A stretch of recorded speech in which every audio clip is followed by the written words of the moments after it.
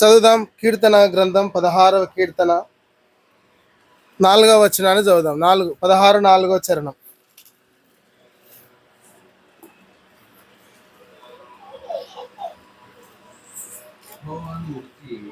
యెహోవాను విడిచి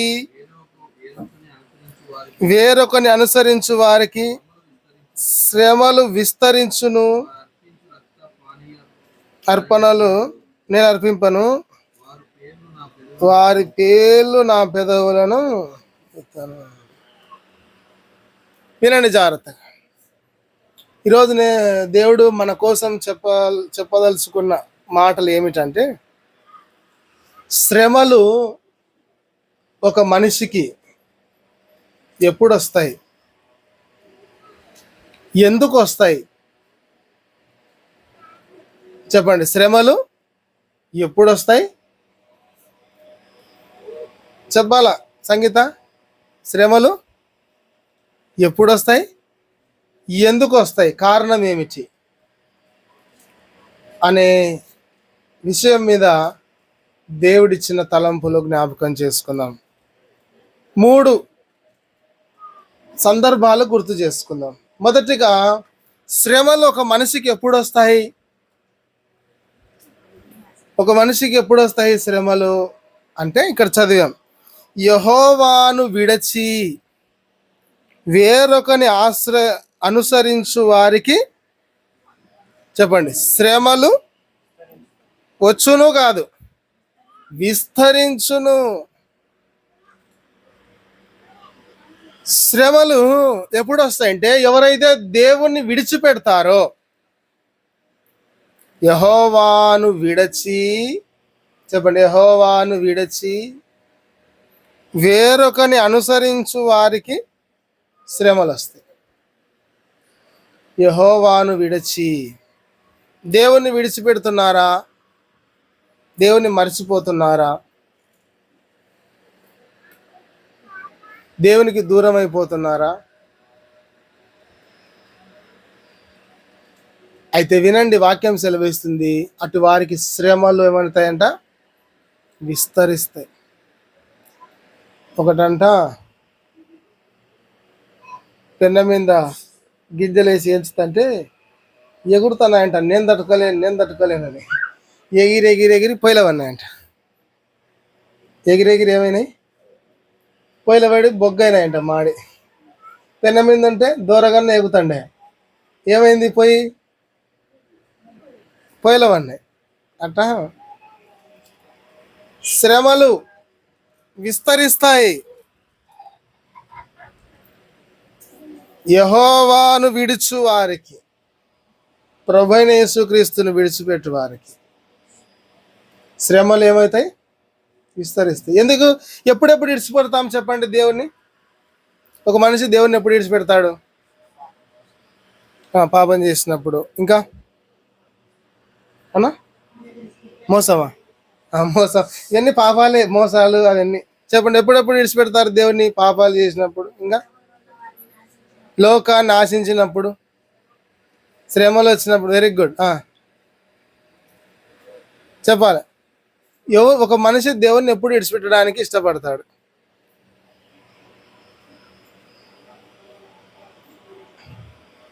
సాతాను శోధన ఎక్కువ విస్తరించినప్పుడు అంట. ఇంకా అది చెప్పినావు కదా అంటే, లోకాశాలని చెప్పినావు ఆల్రెడీ. సీరియళ్ళ వైపు, టీవీల వైపు, అప్పుడు విడిచిపెడతాం.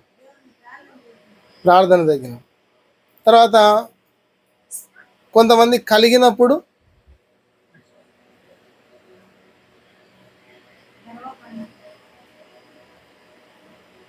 బాగా కలిగింది అనుకోండి, అప్పుడు ఏం చేస్తారు? దేవుణ్ణి మర్చిపోతారు.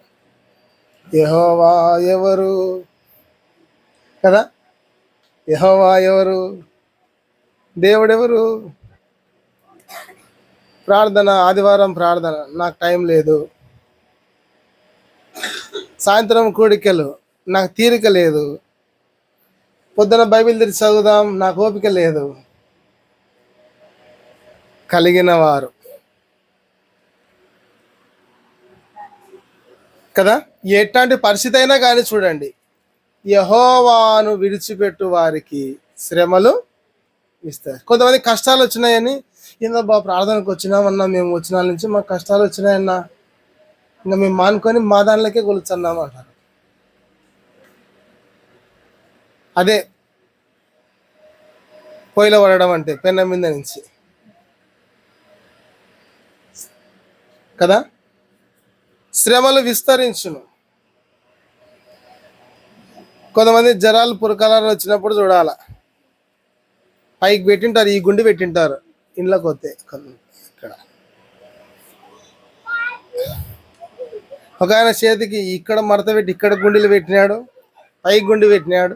ఏందబ్బా ఇంత డీసెంట్గా ఉన్నాడు ఈయన అనుకుంటే తర్వాత తెలిసింది ఆయన కళ్ళ చేతులకు ఉన్నాయి తాళ్ళు, మెడలకు తాళ్ళు ఉన్నాయి.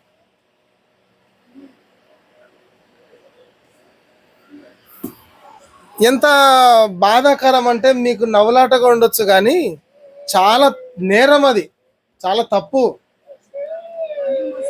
అంధ్రాలు కట్టుకోవడం, తంత్రాలు కట్టుకోవడం, పోనాయన వాళ్ళ డాడీ కంట తీసుకో, అది మహా నేరం, మహానేరం. దేవునికి ఇష్టం లేదు, దేవునికి ఇష్టము లేని కార్యము. వినండి, ఇట్లా చేస్తే శ్రమలు ఏమవుతాయి? శ్రమలు ఏమవుతాయి చెప్పండి? ఇంకా విస్తరిస్తాయి, ఇంకా విస్తరిస్తాయి శ్రమలు,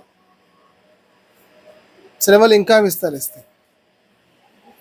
నువ్వు తీరా పోయి సాయితాన్ చేతిలో పడినట్టే, దేవుని చేతిలో నుంచి ఇరిపించుకొని తెగదెంపులు చేసుకొని నేను సైతాన్ కాడికి పోతున్నా పో అని పోయి వాని చేతిలో పడినట్టు ఆ పనులు చేస్తే.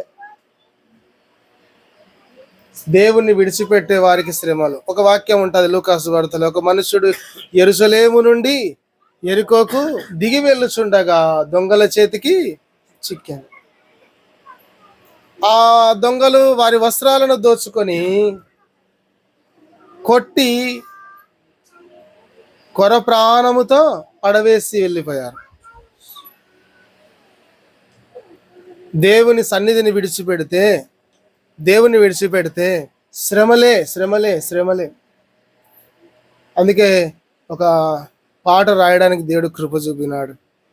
నీ సన్నిధి వదిలి లోకములోనికి అవిధేయుడనై నే వెళ్ళి తిని, కొట్టబడితి దోచబడితి, కొట్టబడితి దోచబడితి, కొర ప్రాణముతో పడి ఉంటిని, కాపాడిన మంచి సమరయుడా. కదా, దేవుని సన్నిధి విడిచి లోకములోనికి వెళ్ళితే ఆ దొంగ అయినటువంటి సాతాను ఊరికే పోనిస్తాడా? మనలను కొట్టి మనలను దోచుకొని కొర ప్రాణముతో విడిచిపెడతాడు. యెహోవాను విడుచు వారికి శ్రమలు, దేవుని నిర్లక్ష్య పెట్టు వారికి శ్రమలు, యెహోవా కార్యమును అశ్రద్ధ చేయు వారికి శ్రమలు. ఏమని రాయబడింది? శాపగ్రస్తుడు అని రాయబడి. యెహోవా కార్యమును అశ్రద్ధగా చేయువాడు శాపగ్రస్తుడు. శ్రద్ధ శ్రద్ధ ప్రతి పని మీద శ్రద్ధ పెడతాం, వంట మీద శ్రద్ధ పెడతాం, ఇంటి మీద శ్రద్ధ పెడతాం, మన ఒంటి మీద శ్రద్ధ పెడతాం, అన్నిటి మీద శ్రద్ధ పెడతాం. కానీ దేవుని మీద, దేవుని కార్యాల మీద శ్రద్ధ పెడుతున్నామా? మందిరం మీద శ్రద్ధ ఉందా? మందిరం అంటే మనకు భయం ఉందా? ఇది నాది కాదు కదా, నేను హెడ్ మాస్టర్ను, మీరు స్కూల్ పిల్లలు కాదు కదా, మనమందరం దేవుని బిడ్డలం కదా. దేవుని సన్నిధిలో మనం దేవునికి భయపడుతున్నామా? దేవునికి విధేయత చూపుతున్నామా? దేవుని కార్యాలను శ్రద్ధగా చేస్తున్నామా? శ్రద్ధగా చేస్తున్నామా? ఎలా చేస్తున్నాం? దేవుని సన్నిధిలో కూర్చొని నోరెత్తి పాడకపోతే అది దేవునికి అవమానమా? దేవునికి ఘనతనా? దేవుని సన్నిధిలో కూర్చొని అందరితో పాటు గట్టిగా ఆమేన్ చెప్పకపోతే అది దేవుని అవమానపరిచినట్లా, దేవుని ఘనపరిచినట్లా? సమయానికి మందిరానికి రాకపోతే దేవుని ఘనపరిచినట్లా, దేవుని అవమానపరిచినట్లా? చెప్పాలి. మొన్నంట ఒక ఎగ్జామ్ జరిగింది మొన్న, టెట్ ఏమో ఎగ్జామ్ జరిగితే ఎక్కడో బెంగళూరు నుంచి వచ్చిందంట ఒక ఆమె ఎగ్జామ్ రాయనికి. బెంగళూరు నుంచి వచ్చింది. ఇంకా 5 నిమిషాలు టైం ఉంది ఆ లోపల ఎగ్జామ్ స్టార్ట్ కానికి. ఆమెను పంపిలే ఎగ్జామ్ హాల్లోకి. ఎగ్జామ్ రాయని లేదు. ఆమె ఏడ్చుకుంటూ వెళ్ళిపోయింది. ఒక నిమిషం లేట్ అయితే ఎగ్జామ్స్ రాయనియరు. ఎగ్జామ్ ఒక నీ ఒక 5 నిమిషాలు లేట్ అయితే పిల్లలను బయట మోకాళ్ళని లేటి తన్నులు తంతారు స్కూల్లో. లోకములు అంతా పంచువాలిటీ మెయింటైన్ చేస్తుంటాం. ట్రైన్కు వాళ్ళ అన్న 10 గంటలకు రైలు అన్న అంటే, అన్న పోదాం అన్న కొంచెం ఒక అర్ధగంట ముందు మేలు ఏం చేసేది ఉంది ఈడ అంటాం. ఒక అర్ధగంట ముందు ట్రైన్కి వెళ్ళిపోతాం. అన్నిటినీ ఒక పంచువాలిటీ మెయింటైన్ చేస్తుంటాం. మరి ప్రార్థనకు సాయంత్రం చూస్తాం ఎంతమంది వచ్చారో టయానికి.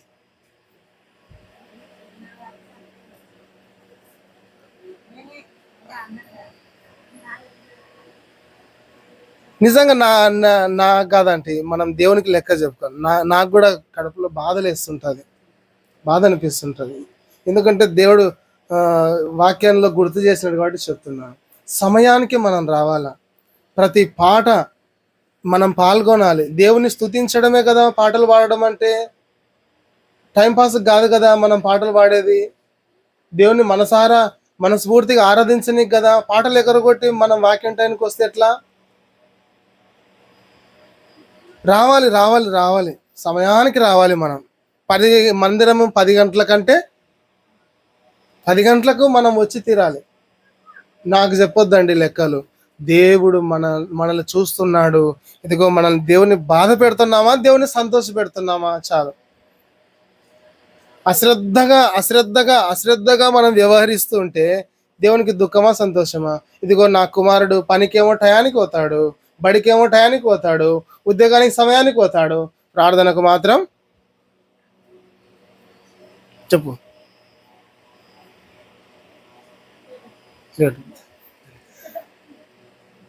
లేటుగా పోతాం. ప్రార్థనకు ప్రియులారా మనం లేటుగా రావద్దు, లేటుగా రాకూడదు. ఇబ్బందులు ఉంటాయి.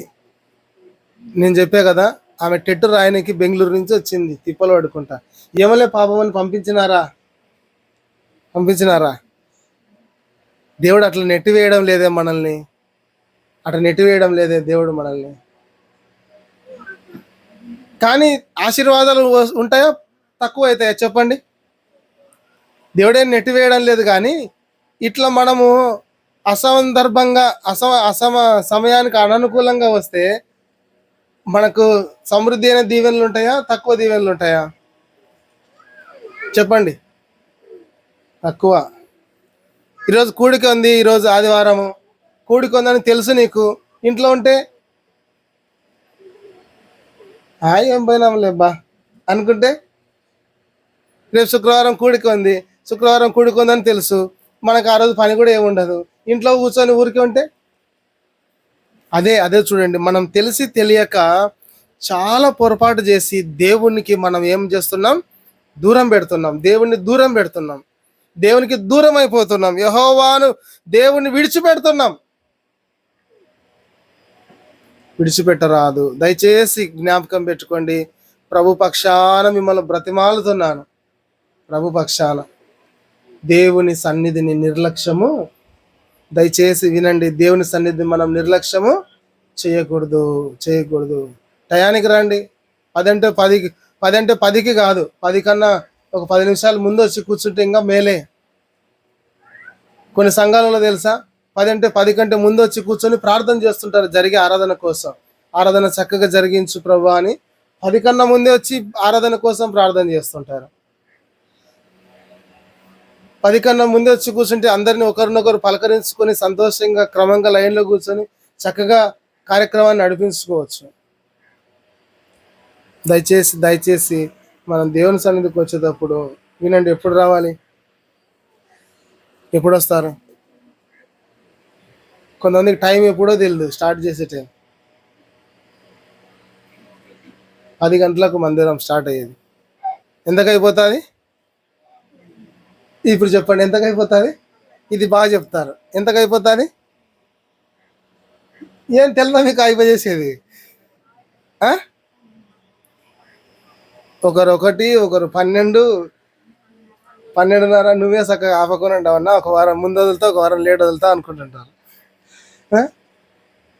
మనం తొందరగా వచ్చే అన్ని కరెక్ట్గా జరుగుతాయి. మనం లేటుగా వస్తే ఈ టైం కూడా కొంచెం అట్టుపోతుంది. అంతే కదన్నా? 12:15 లేదా 12:30 మందిరం అయిపోతుంది. 12:30. ఇప్పుడు ఎంత అయిందన్నా? అయిపోయిందా మందిరం? టైం ఎంత అయింది దయచేసి చూడండి. ఇంకా 5 నిమిషాలు ఉందిలేండి. 12. కాబట్టి మనకై మన హృదయానికి మనం ఒక తీర్మానం చేసుకుందాం. ప్రభా, తెలియక చేస్తున్నాను, పొరపాటుగా చేస్తున్నాను, లేకపోతే అజ్ఞానంగా చేస్తున్నాను, ఇదిగో నేను నీ సన్నిధిని నేను నిర్లక్ష్య పెట్టాను ప్రభా అని ఒప్పుకుందాం దేవుని దగ్గర. దేవుని నిర్లక్ష్య పెడితే, యెహోవాను విడిచిపెడితే, దేవుని ప్రక్కన పెడితే, దేవుని దూరం చేస్తే ఏమని రాయబడింది వాక్యము? శ్రమలు విస్తరించును. శ్రమలు విస్తరించును. కొంతమంది ఒక మాట చెప్తుంటారు, పట్టిందల్లా ఏమవుతుందంట? బంగారం అవుతుందంట. ఇవి దేవుని పక్కన పెడితే పట్టిందల్లా పాడైపోతుంటుంది. ఏం చెయ్యి? పాడైపోతుంటుంది. గోరు చుట్టు మీద తగిలిన సాటినే తగులుతుంటాయి. గోరు చుట్టు మీద ఏం పోటీ వేసినారంట? ఒకసారి ఎవరికన్నా వేయండి, గోరు చుట్టూ వాళ్ళకి రోకలు పోటీ వేయండి. ఆ రోకల బండ తీసుకుని ఎత్తి వాళ్ళు కొడతాడు వాడు. అంటే అంత వేదన, అంత బాధ.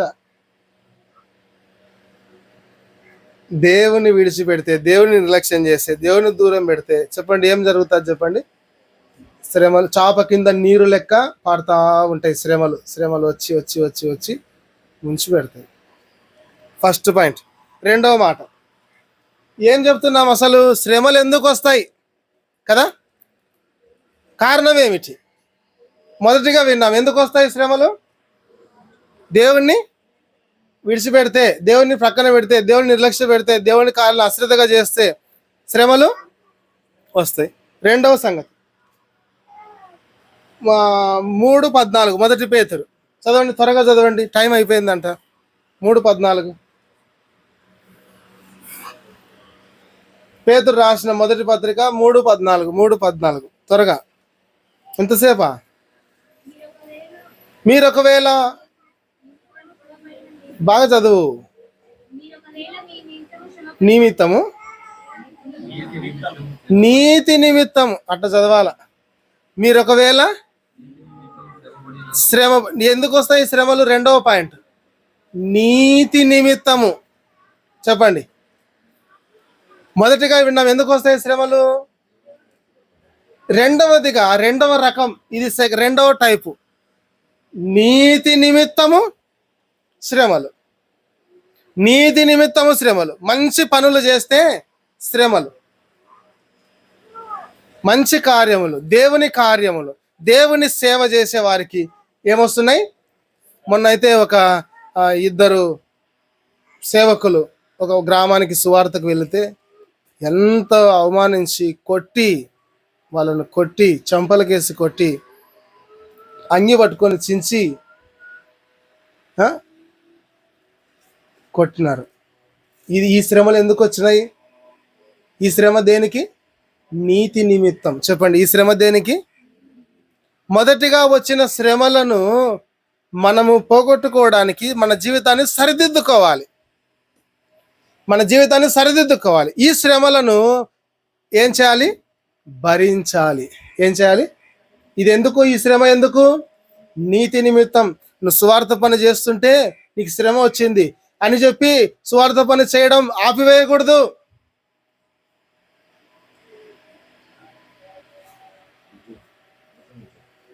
ప్రాణాలు అర్పించిరి అసూల, ఒక పాట ఉంటుంది కదా, ఏది నీ సాక్ష్యము, ఏది నీ కదా. ఆపదలు, అపనిందలు, ఇబ్బందులు ఎన్నైనాను, సింహాలకెరగైనను భయమేమి లేకుండా దేవుని సేవ చేసినారంటే రాయబడింది కదా. రెండవ రకం ఏంటంటే నీతి నిమిత్తము. చెప్పండి, నీతి నిమిత్తము. నీతి నిమిత్తము. యేసేపుకు శ్రమలు వచ్చినాయి కదా, ఎందుకు వచ్చినాయి? తప్పు చేసింటే వచ్చినాయా? నీతిగా ఉన్నందుకు వచ్చినాయి. నీతిగా ఉన్నందుకు వచ్చినాయి. ఇంట్లో నీతిగా బతికినాడు, ఇంట్లో శ్రమలు. పని దగ్గర పోతిఫర్ ఇంట్లో నీతిగా బ్రతికినాడు, అక్కడ శ్రమలు. చెరసాలలో నీతిగా బ్రతికినాడు, అక్కడ శ్రమలు. నీతిగా బ్రతుకుతే, తప్పు చేయకుంటే ఆమె పట్టించి జైలుకు అప్పగించింది. నీతిగా బ్రతుకుతే ఏమొస్తాయి? చెప్పండి చెప్పండి, ఏమొస్తాయి? ఈ శ్రమలను ఏం చేయాలా? ఏం చేయాలి? ఈ శ్రమలను భరించాల. అపొస్తలుల కార్యం 16వ అధ్యాయం 16వ వచనంలో పౌలు పూతోను అనే దానికి దయ్యమును విడిపిస్తాడు. ఒకటి దయ్యం బట్టి సోద చెబుతుందంట. చదువమ్మా, తొందరగా చదువు, స్పీడ్గా. 16 అపొస్తలుల కార్యం, ఫాస్ట్ కది. ఎక్కడున్నావు? లైన్లో లేవా? ఎవరొకరు తీయండి త్వరగా. 16 అపొస్తలుల కార్యముల గ్రంథం.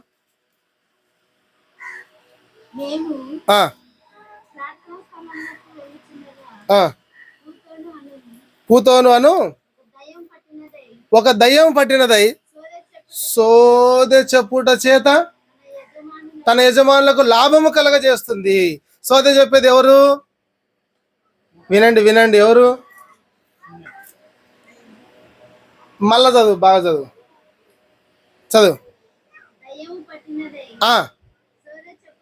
ఇప్పుడు చెప్పండి, సోది చెప్పేది ఎవరు? దయ్యం. అది ఆడ పాయింట్. సోది చెప్పేది ఎవరు? ఎవరు చెప్తారు? సోది చెప్తామమ్మా, సోది చెప్తాం. ఇప్పుడు రావడం లేదు ఇంట్లో కాడికి. ఇప్పుడు మనల్ని పిలిపించుకుంటున్నారు ఆడికి. ఆడ రాండి, మీకు అది చెప్తాం, నీకు ఇది చెప్తాం, సోది చెప్తాం. సోది చెప్పేది ఎవరు? దయ్యాలు. బైబిల్ చెప్తుంది ఈ మాట, నేను చెప్పడం లేదు. ఒక దానికి దయ్యం పట్టింది, అది సోది చెబుతుంది. వచ్చిన వాళ్ళకి ఏం చెప్తుంది? సోది చెప్తుంది. సోది చెప్తుంది. జరిగింది చెప్తాం, జరగబోయేది చెప్తాం, జరిగేది చెప్తాం.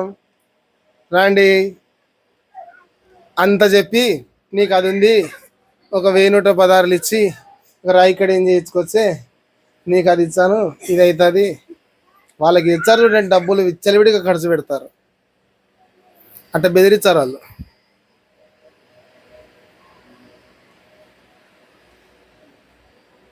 దయ్యం పట్టి సోది చెప్పేది ఎవరు? పోయి ఏడన్నా చెప్పించుకునేవారు. పొద్దున 2 ఉండారు, చిలక చేసి పెట్టేవాళ్ళు ఆడ. ఆడ పోయి పొరపాటున చెప్పించుకునేవారు. మళ్ళీ మీరు బాగుందిలే చిలక చెప్పని. చిలక మన బతుకును మార్చునా? చిలక మన జాతాన్ని చెప్పునా? పొరపాటున కూడా పోవద్దండి. అది దయ్యాలను ఆశ్రయించినట్టే అక్కడ వినామంటే. ఎవరు చెప్పండి సోది చెప్పేది? దయ్యాలు. సోది చెప్పేది లాభం సంపాదించి పెడుతుంది. పౌలు ఏం చేసినాడు? చదవండి, ఎవరొకరు చదవండి. ముందుకు వెళ్ళిపోయినావు ఎక్కడికో ఇంకా దాటుకొని. చదువు.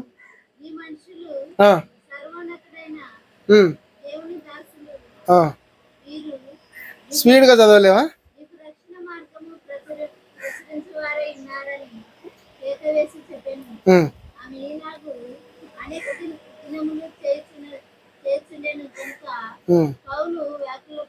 వ్యాకులపడి దాని వైపు తిరిగి పొమ్మని. ఈమె అందరికి చెప్పి అలవాటై దేవుని సేవకులు పోతే అబ్బా వస్తుందంట, కేకలేస్తుందంట. వీళ్ళు సర్వోన్నతైన దేవుని సేవకులు అంటుంటే ఆమెను చూసి పౌలు ఏం చేసినాడు? వ్యాకులపడి ఆమెను విడిచిపోమ్మని దయ్యాన్ని గద్దిస్తే ఏమైంది? దయ్యము వెళ్ళిపోయింది. అప్పుడు ఏం చేసినారు? పౌలును ఒక మంచి పని చేసినాడు. ఒక చిన్న బిడ్డకు పట్టిన దయ్యాన్ని ఇడిపించినాడు. ఇడిపిస్తే అక్కడ ఏం చేసినారు? యజమానులు ఆ దయ్యంతో వ్యాపారం చేసేటోళ్ళు ఏం చేస్తున్నారు? దయ్యాలతో వ్యాపారం చేసేటోళ్ళు ఏం చేస్తున్నారు? వ్యాపారం చేసేటోళ్ళు ఈ వ్యాపారాలు ఎవరితో చేస్తున్నారు చెప్పండి? ఈ వ్యాపారాలు చేసేది ఎవరితో? దయ్యాలను పెట్టుకొని వ్యాపారాలు చేస్తున్నారు వీళ్ళు. వ్యాపారం చేసేటోళ్ళు మా లాభం పోయిందే, పౌలేటికి దయ్యం పారిపోయిందే, పౌలా నీ కథ మేము చేస్తామని బెత్తముతో కొట్టి చెరసాలలో వేయించారు. ఈ శ్రమ ఎందుకు వచ్చింది పౌలుకు? నీతి నిమిత్తం, మంచి కొరకు, మంచి కార్యం చేసినప్పుడు. అయితే ఈ శ్రమలు ఎలాంటివంటే ఈ శ్రమలు నీతి నిమిత్తం వచ్చే శ్రమలు ఎలాంటివంటే మనలను ముంచివేయడానికి కాదు. యెషయా గ్రంథం 43వ అధ్యాయం చదవండి దయచేసి త్వరగా. యెషయా గ్రంథం 43:2 చదవండి స్పీడ్గా. ఈ శ్రమలు ఎలాంటివో, నువ్వు జలములలో బడి దాటినప్పుడు నేను నీకు తోడైందును,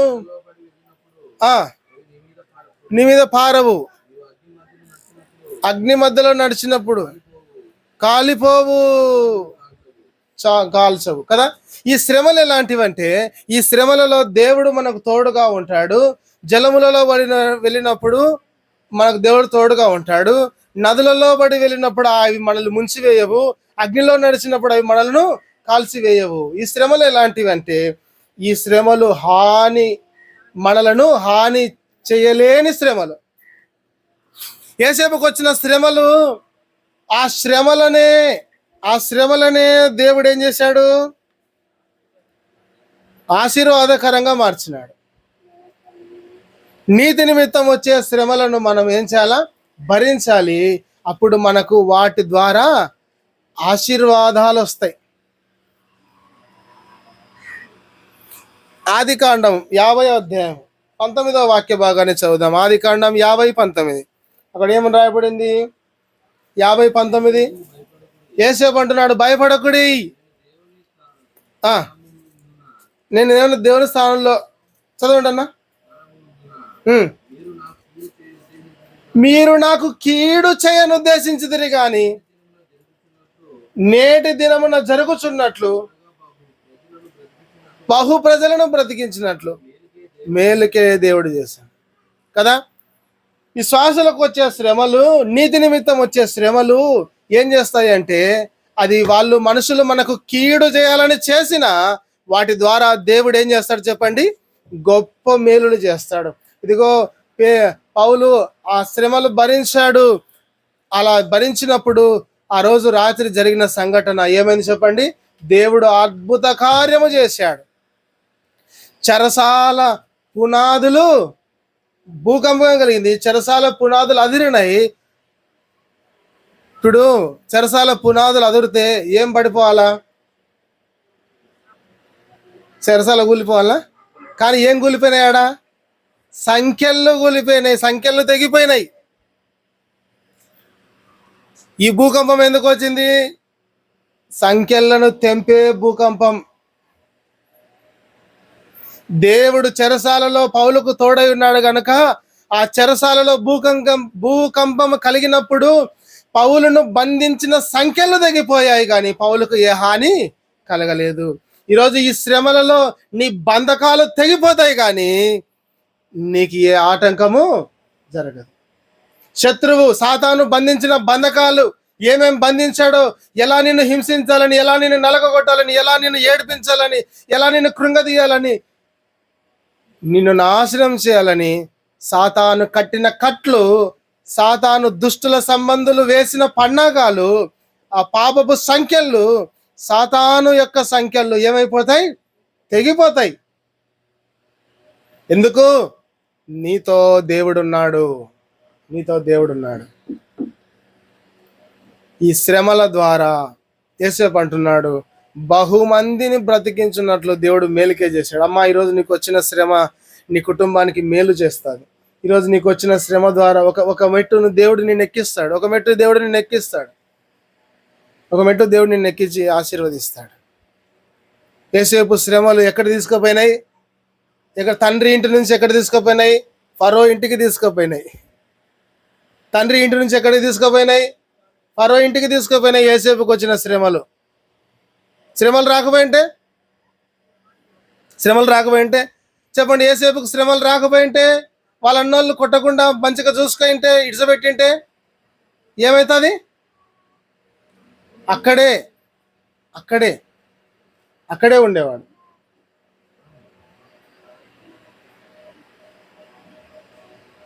శ్రమలు చెప్పండి, శ్రమలు ఎందుకు?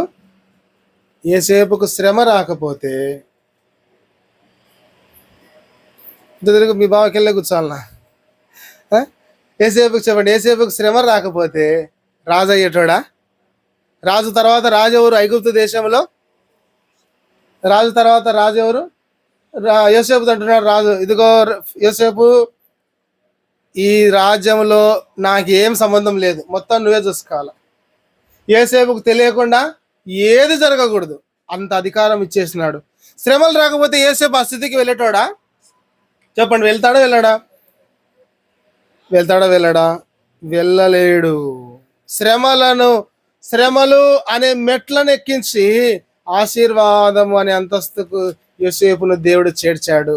ఈరోజు నీకు వచ్చిన శ్రమలు ఆశీర్వాదం అనే స్థితికి ఎక్కడానికి వచ్చిన మెట్లు అన్నమాట. అవి స్టెప్ బై స్టెప్. ఇంట్లో శ్రమ, ఇంట్లో చంపడానికి ప్రయత్నం చేశారు, శోధించారు, ఏడిపించారు, గాయపరిచినారు, అవమానపరిచినారు, కొట్టి తీర చంపేవాళ్ళు. దేవుడి కృప యోసేపుకు తోడైంది కనుక అమ్మి పారేశారు. పోతీఫర్ ఇంట్లో అవమానకరమైన భయంకరమైన నింద మోపి చెరసాలలో వేయించారు. చెరసాలలో మేలు పొందిన వాడు యోసేపును మర్చిపోయాడు. అయితే దేవుడు జ్ఞాపకం చేసుకొని చెప్పండి, యోసేపును రాజు దగ్గరికి తీసుకెళ్ళాడు. రాజు దగ్గరికి తీసుకుపోయినాడు మన ప్రభువే. రాజు అంతటి వాణిగా యోసేపును చేశాడు.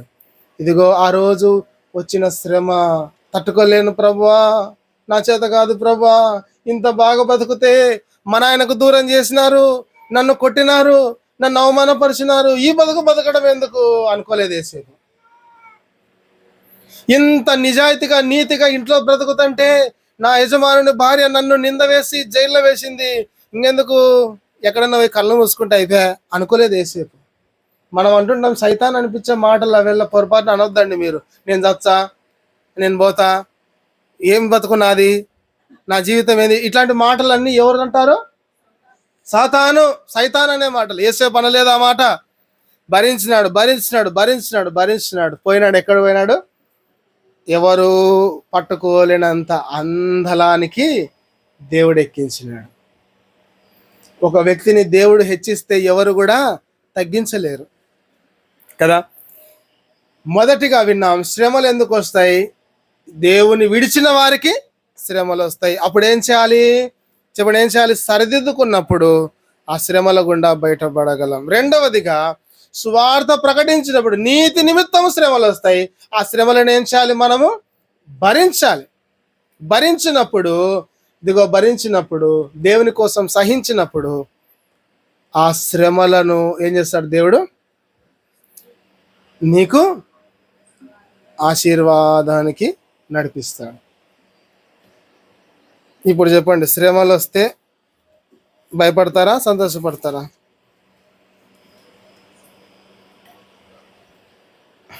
అసలు ఇంతే కదన్నా నీకు చెప్పనీకంటారా? శ్రమలు వస్తే ఏం చేస్తారు?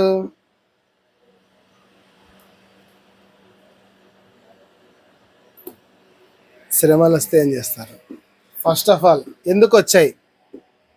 దేవుని విడిచి దూరం అయ్యి అక్రమంగా జీవిస్తే వచ్చినాయా? అప్పుడు ఏం చేయాలా? రెక్టిఫై చేసుకోవాలి, మనల్ని మనం సరిదిద్దుకోవాలి. నీతిగా బ్రతుకుతున్నప్పుడు శ్రమలు వచ్చాయా? ఏం చేస్తాం? సంతోషించాలి.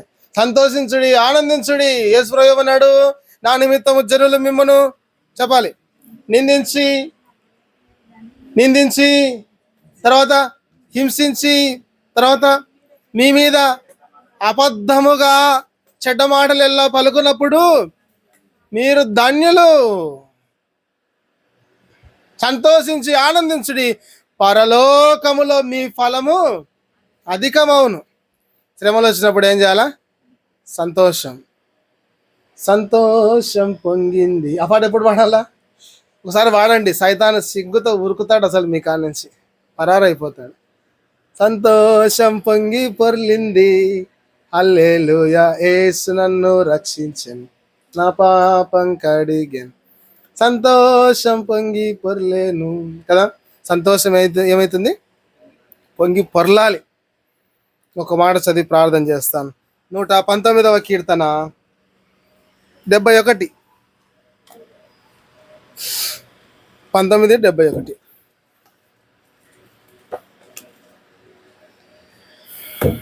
నేను చదవాలన్నా చదువుతారా అన్నా? నేను నీ కట్టలను నేర్చుకున్నట్లు శ్రమనంది ఎందుట నాకు మేలాయను. శ్రమ ఏమంటున్నాడు భక్తుడు ఏమంటున్నాడు? నాకు మేలాయను, మేలైంది, నాకు మేలు, నాకు మేలు. శ్రమ మనకు మేలు. ఒక గ్రద్ద పక్షిరాజు తన పిల్లలను పర్వత శిఖరం మీద గుడ్లు పెట్టి అది పొదిగి పిల్లలను కన్న తర్వాత వేటకు వచ్చి వేటను ఆహారాన్ని తీసుకొని వెళ్ళి తన బిడ్డలకు తినిపిస్తాయి. తర్వాత తన బిడ్డలను తన రెక్కల మీద ఎక్కించుకొని అలా ఇంకా పైకి తీసుకొని వెళ్ళి ఆ పైన ఏం చేస్తుంది? తన బిడ్డలను వదిలేస్తాడు. ఇందాక వాడాం పాట, పక్షిరాజు వల్లెను నా గూడు రేపి నీరెక్కలపై మోసినది నీ కృప నాపై చూపుటక కదా. పక్షిరాజు తన బిడలను పైన వదిలేసింది. ఎందుకు వదిలేసింది? అది పైనుంచి కింద పడుతూ భయపడుతుంది, అది బెదిరిపోతుంది. పక్షి, ఆ బిడ్డ చిన్నది పక్షి, తీరా అది ఏదన్నా రాయికో బండకో కొట్టుకునే స్థితికి వెళ్ళేటప్పుడు ఈ పక్షిరాజు తన తల్లి వచ్చి రెక్కల మీద తన బిడ్డలను మోసుకొని మరలా తీసుకొని వెళ్తుంది. మరలా ఏం చేస్తుంది? మళ్ళీ వేస్తుంది. ఇలా వేసి ఒక సమయంలో ఏమవుతుంది? ఆ బిడ్డ, ఆ చిన్న పక్షి ఎగరడం నేర్చుకుంటుంది. ఎందుకు పక్షిరాజు అలా చేశాడంటే తన బిడ్డ బతకడం కోసం. నేనే కూర్చొనైనా నేను తెచ్చి పెడుతుంటే పైకంటే ఆడనే కూర్చొని ఉంటుంది. తన బిడ్డకు జీవితాన్ని నేర్పించడానికి ఆ శ్రమలకు అప్పగించింది ఆ పక్షిరాజు కదా. దేవుడు కొన్ని తాత్కాలికమైన శ్రమలు వచ్చాయనుకోండి, భయపడొద్దండి, ఎదుర్కోవాలి ధైర్యంగా. నీతి నిమిత్తం శ్రమలు వచ్చాయా, భరించాలి. ఆ శ్రమల గుండా దేవుడు ఏం చేస్తాడు చెప్పండి? యోసేపును తండ్రి ఇంటి నుండి ఫరో ఇంటికి తీసుకొని వెళ్ళినట్టు, యోసేపును సామాన్య స్థితిలో నుంచి ఒక రాజంతటి స్థాయికి తీసుకొని వెళ్ళినట్లు నిన్ను కూడా నీవు ఊహించనంత స్థితిలోనికి దేవుడు ఎత్తుతాడు, ఆశీర్వదిస్తాడు. అతి కృప దేవుడు మనకు అనుగ్రహించునుగా. ప్రార్థన చేసుకుందాం. విజయన్న గారు ప్రార్థన చేస్తారు.